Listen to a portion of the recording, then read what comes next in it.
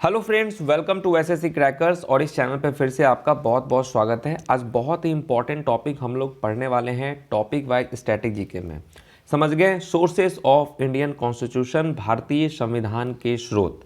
और इसको जो है हम लोग ट्रिक से याद करने की कोशिश करेंगे। आपको बस 10 मिनट तक इस वीडियो को बहुत ही ध्यान से देखना है।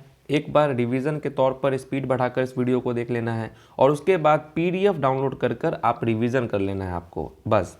और रात में जब दंगल होगा, इस टॉपिक से रिलेटेड जब क्वेश्चंस पूछे जाएंगे वहाँ पे टेस्ट दे लेना है, तो आपका वहाँ से फुल प्रैक्टिस हो जाएगा।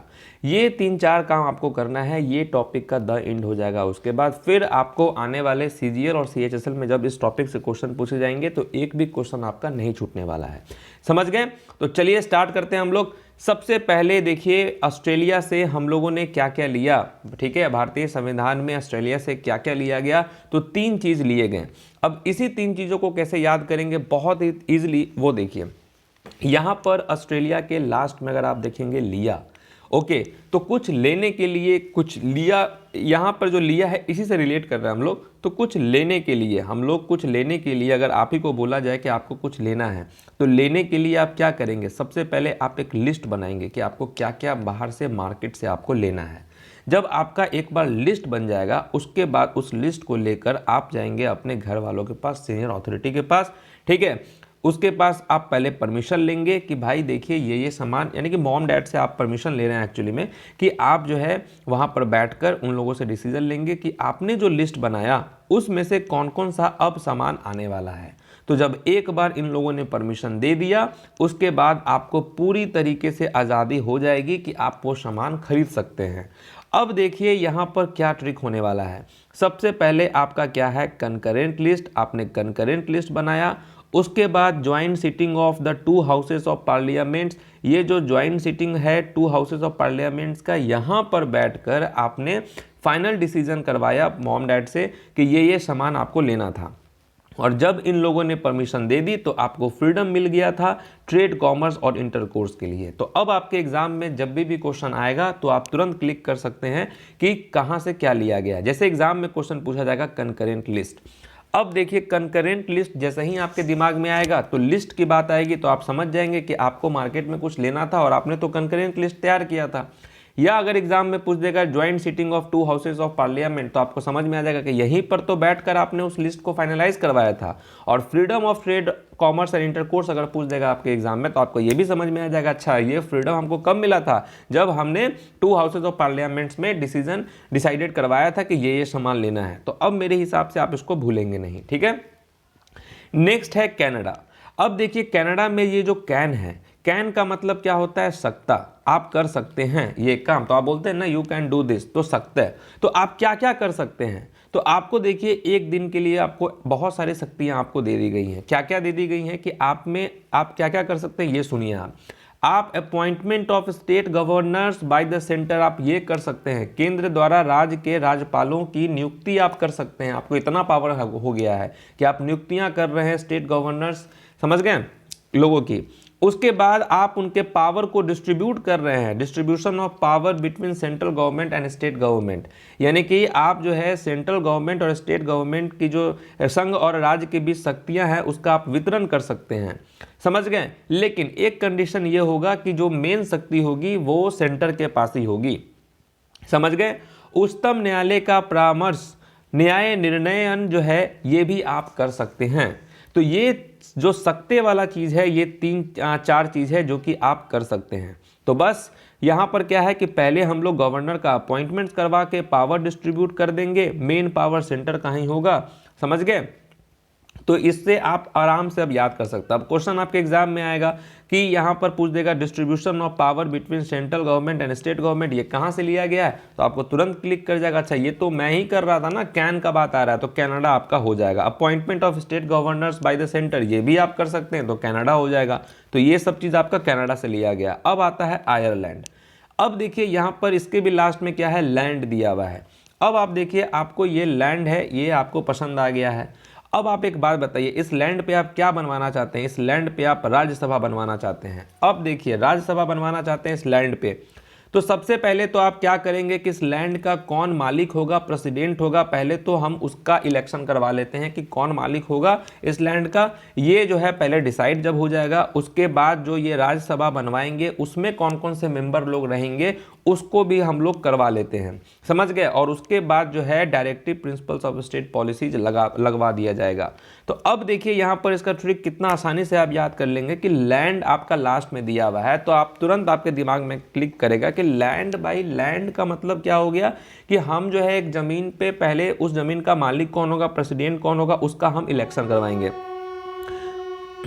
समझ में आ गया आपको। तो यहां देखिए अब आपके एग्जाम में कभी भी क्वेश्चन आएगा method of election of the president, तो जब आपको इलेक्शन ऑफ द प्रेसिडेंट के बारे में बात आएगा तो ये सिचुएशन कब क्रिएट होगा इलेक्शन करवाने का, जब आपके पास समझ में आएगा कि भाई हम लोगों ने लैंड ले रहे थे तब हमको इलेक्शन करवाने की जरूरत आई कि ये उसका मालिक कौन होगा, तो आप समझ जाएंगे आयरलैंड आपका आंसर होगा। Nomination of members to Rajya Sabha की बात आएगी तो आप भी समझ जाएंगे कि उस लैंड पे तो हमको राज्यसभा बनाना था, उसमें कौन कौन से मेंबर्स होंगे उसका नॉमिनेशन करवा लेते हैं, ये भी आयरलैंड से है। और directive principle of state policy, उसमें कौन कौन से आपका स्टेट पॉलिसी नीति और निर्देशक सिद्धांत होंगे वो जो है एक बार हम लोग नॉमिनेट कर लेंगे राज्यसभा का, उसके बाद हम लोग ये करेंगे। तो ये तीनों चीज़ आपका आयरलैंड से लिया गया है। आप बस इसको एक बार करेंगे सब कुछ कंप्लीट हो जाएगा।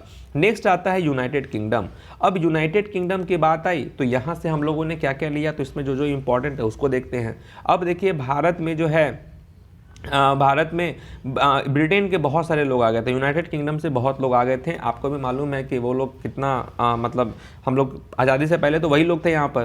तो इसके लिए रूल ये बना दिया गया कि नहीं यहाँ पर एकल नागरिकता होगा, सिंगल सिटीजनशिप होगा। 10 लोग ये नहीं कि यहाँ भी रह रहे हैं, वहाँ भी रह रहे हैं, इंडिया में भी रह रहे हैं और यहाँ यूनाइटेड किंगडम में भी रह रहे हैं, ऐसा नहीं होगा, सिंगल सिटीजनशिप होगा। ये हम लोगों ने यूनाइटेड किंगडम से ले लिया कि अगर आप समझ गए, तो ये यूनाइटेड किंगडम से हम लोगों ने ले लिया सिंगल सिटीजनशिप। उसके बाद जो कैबिनेट सिस्टम है, मंत्रिमंडल प्रणाली है, ये भी जो है हम लोगों ने कहाँ से लिया, यूनाइटेड किंगडम से लिया। उसके बाद रूल ऑफ लॉ कहाँ से लिया, यूनाइटेड किंगडम से। पार्लियामेंट्री गवर्नमेंट कहाँ से लिया, तो हम लोग यूनाइटेड किंगडम से लिया। अब देखिए इसको ट्रिक से कैसे याद करेंगे। सबसे पहले तो देखिए यूनाइटेड किंगडम की बात आएगा तो यूनाइटेड किंगडम आप बात आएगा तो आपको समझ में आ जाएगा अंग्रेज। अब अंग्रेज की बात आएगी तो आप समझ जाएंगे कि अंग्रेज को हटाने के लिए सबसे पहले हम लोगों ने कैबिनेट जो है सिस्टम किया, ठीक है, मंत्रिमंडल प्रणाली हम लोगों ने बनाया। कैबिनेट सिस्टम जब बना तो उसमें हम लोगों ने ऐसा नहीं कि बस कोई भी आए कोई भी जाए, हम लोगों ने पहले क्या किया, उसमें बहुत सारे रूल्स ऑफ लॉ लगा दिए, ठीक है। तो पहले हम लोगों ने कैबिनेट बनाया, फिर हमने रूल्स ऑफ लॉ लगा दिया, उसमें फिर पार्लियामेंट्री गवर्नमेंट जो है, संसदीय शासन प्रणाली जो है ये उसमें फिर लगा, हम वो लोग आए। उसके बाद हम लोगों ने डिसीजन लिया कि यहाँ पर सिंगल सिटीजनशिप होगा। समझ में आया। यूनाइटेड किंगडम को कैसे हम लोग याद करेंगे कि सबसे पहले हम लोगों ने कैबिनेट सिस्टम बनाया और कैबिनेट सिस्टम बनाने के बाद हमने रूल्स ऑफ लॉ रखा, क्योंकि ऐसा नहीं कि पहले की तरह कोई लॉ ही ना हो, तो हम लोगों ने रूल्स ऑफ लॉ बनाया। उसके बाद पार्लियामेंट्री गवर्नमेंट जो है वहाँ के लोग यहाँ पर आए और तब हम लोगों ने डिसीजन लिया कि सिंगल सिटीजनशिप होगा। तो ये 4 इंपॉर्टेंट चीज़ जो हैं आपके यूनाइटेड किंगडम से लिए गए हैं। बाकी जो रिमेनिंग है ये है, इसको भी आप पढ़ के ही जाएंगे। नेक्स्ट है आपका यूनाइटेड स्टेट्स। अब यूएसए से हम लोगों ने क्या क्या लिया, तो देखिए यूएसए से हम लोगों ने बहुत अच्छी अच्छी चीज़ें ली हैं। अब देखिए इम्पीचमेंट ऑफ द प्रेसिडेंट, जो महाभियोग होता है राष्ट्रपति पर, महाभियोग की प्रक्रिया, ये हमने यूनाइटेड स्टेट्स से लिया है। फंडामेंटल राइट्स हमने जो है यूएसए से लिया है, ठीक है। जुडिशियल रिव्यू ये भी हम लोगों ने यूनाइटेड स्टेट्स से लिया है। पोस्ट ऑफ वाइस प्रेसिडेंट है, ये भी हम लोगों ने यूनाइटेड स्टेट्स से लिया है। और removal of supreme court and high court जजेस, ये भी हमने यूनाइटेड स्टेट्स से लिया है।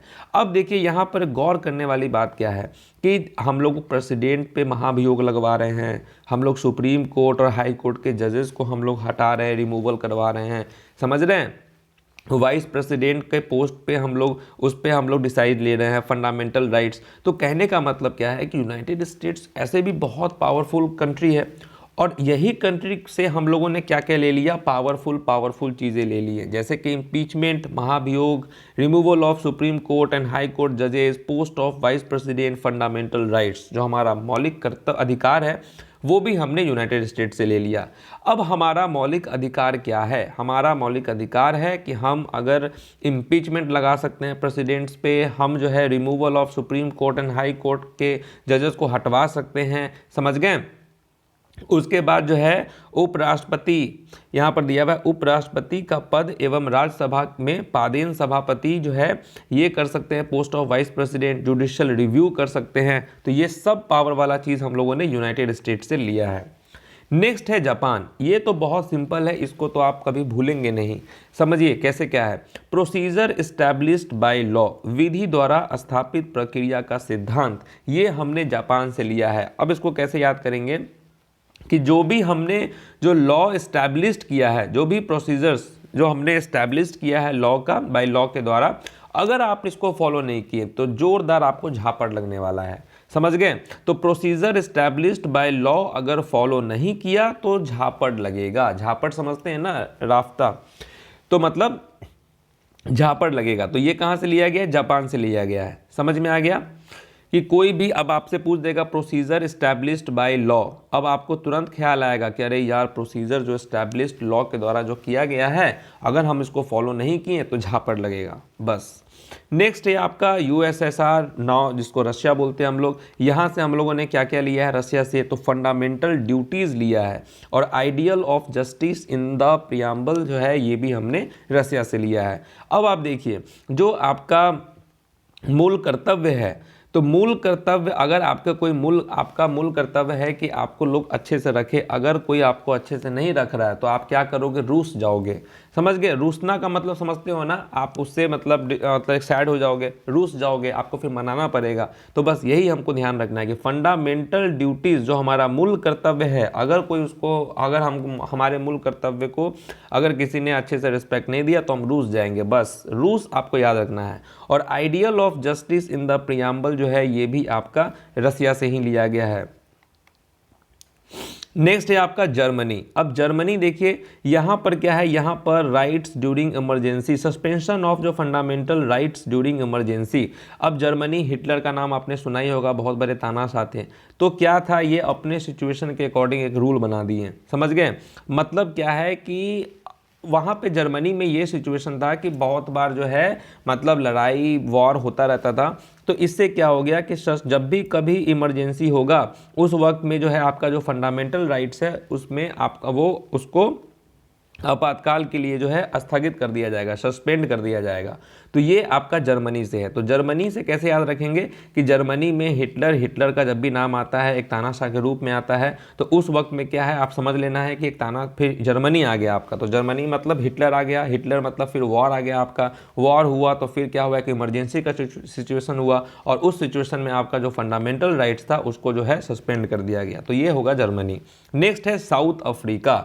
अब देखिए साउथ अफ्रीका का क्या है, साउथ अफ्रीका का देखिए procedure for amendment in the constitution और election of members of Rajya Sabha. South Africa जो कि गांधी जी गए हुए थे और 1915 में गांधी जी वापस आए। तो गांधी जी आए, जैसे ही वापस आए साउथ अफ्रीका से, उन्होंने सबसे पहले तो election of members of Rajya Sabha, Rajya Sabha के सदस्यों का जो है इलेक्शन करवाया, निर्वाचन करवाया, आते ही साउथ अफ्रीका से। और उसके बाद जो है संविधान संशोधन की प्रक्रिया का प्रस्तावना बोल दिया। मतलब क्या हुआ कि गांधी जी जो है साउथ अफ्रीका में थे और वहाँ यहाँ इंडिया में जो है बहुत सारा प्रॉब्लम्स चल रहा था, तो इसके लिए गांधी जी को बुलाया गया। तो गांधी जी चलते हुए आ रहे हैं, समझ रहे हैं, चलते हुए आए और आते हुए थोड़ा सा इधर उधर देखें तो उनको समझ में आया, अच्छा यहाँ पर सब लोग इधर उधर कोई बना हुआ है, सब अपने आप को राज्यसभा का मेंबर ही समझ रहा है। तो गांधी जी ने बोला कि ठीक है, सबसे पहले तो ये जो है इलेक्शन करवाओ मेंबर ऑफ राज्यसभा का। एक बार राज्यसभा का मेंबर का इलेक्शन हो गया और इनका पार्टी जीत गया, उसके बाद जो है अमेंडमेंट अब कॉन्स्टिट्यूशन में जो है ये प्रोसीजर भी वो अब करवा सकते हैं। तो ये सब साउथ अफ्रीका से है। तो कैसे आपको याद रखना है, election of member of Rajya Sabha ये है आपका साउथ अफ्रीका से, प्रोसीजर है अमेंडमेंट का इंडियन कॉन्स्टिट्यूशन में, ये भी साउथ अफ्रीका से ही लिया गया है। नेक्स्ट है आपका फ्रांस। फ्रांस का आपका क्या होगा, कंसेप्ट ऑफ रिपब्लिक। तो कंसेप्ट ऑफ रिपब्लिक कहाँ से लिया गया है, फ्रांस से लिया गया है। और ideals of liberty, equality and fraternity in the preambles, ये भी फ्रांस से लिया गया है। अब देखिए फ्रांस में यहाँ देखिए फ्रा से आपका फ्रटर्निटी, ये आपको बस याद रखना है। और एक बार नीटी यहाँ लास्ट में जो लगा हुआ है तो इक्वलिटी, लिबर्टी, ये तीनों आप समझ जाएंगे। तो फ्रांस से आपको यही समझना है, समझ गए। फ्रांस से फ्रा आपका जो आया एफ आर, तो यही से आपका एफ आर ए फ्रा, तो फ्रटर्निटी समझ जाएंगे, इक्वलिटी ये हो जाएगा, ये सब चीज़। और कॉन्सेप्ट ऑफ रिपब्लिक है, ये एक एडिशनल है, ये भी जो है फ्रांस से है, तो इसको आप ऐसे भी समझ सकते हैं, आर है तो इससे कॉन्सेप्ट जो है रिपब्लिक का ये लिया गया फ्रांस से। तो ये कुछ ट्रिक्स हैं जो कि मेरे हिसाब से एक दो बार देखेंगे या खुद से अब आपको लॉजिक समझ में आ गया होगा तो डेफिनेटली आपको याद तो हो ही गया होगा आपको। तो thanks for watching this video. कैसा लगा जाने से पहले लाइक ज़रूर करके जाएंगे, क्योंकि ये जो टॉपिक वाइज है इसमें आपको कंटेंट भी एकदम A+ का दिया जा रहा है और साथ में आपको ट्रिक भी दिया जा रहा है। तो सोने पर सुहागा है, क्योंकि ये जितने आप देख रहे हैं इसके आगे आपका कोई भी पूछने वाला नहीं है, समझ गए। तो यहाँ पर आपको PDF भी प्रोवाइड किया जा रहा है और साथ में कुछ कुछ ट्रिक्स भी बताया जा रहा है। तो मेरे हिसाब से बहुत ही ज़्यादा बेनिफिशियल है। और एक दिन में अगर एक टॉपिक भी अगर हम लोग कंप्लीट कर रहे हैं तो अभी तो 120 डेज है, समझ रहे हैं। और अगर इसमें से 50-60 टॉपिक्स ही हम लोगों को केवल कवर करना है, तब तो हम लोग कम 2 बार 3 बार रिविज़न भी कर सकते हैं। तो बस इस टॉपिक को यहीं पर आज फिनिश कर देना है आप लोगों को, सोर्स ऑफ इंडियन कॉन्स्टिट्यूशन। तो मिलते हैं आपसे नेक्स्ट वीडियो में, तब तक के लिए ऑल द बेस्ट।